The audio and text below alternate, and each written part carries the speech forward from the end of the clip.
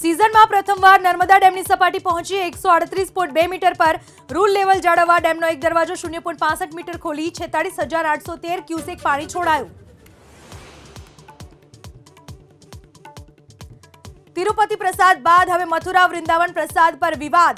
डिम्पल यादवे गुणवत्ता पर उठाव्या सवाल। भाजप बोली अफवा फैलावानी नथी जरूर।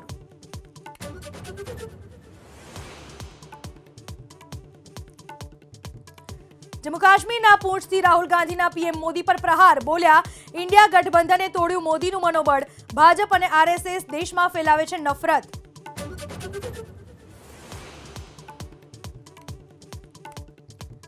दिल्लीनी मुख्यमंत्री आतिशीए संभाळ्यो कार्यभार। केजरीवाल माटे बाजुमां खाली छोड़ी खुर्शी।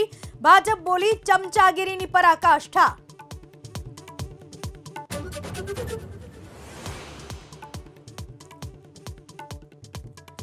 नाराजगीना अहेवालो वच्चे खड़गे साथे कुमारी शैलजानी मुलाकात।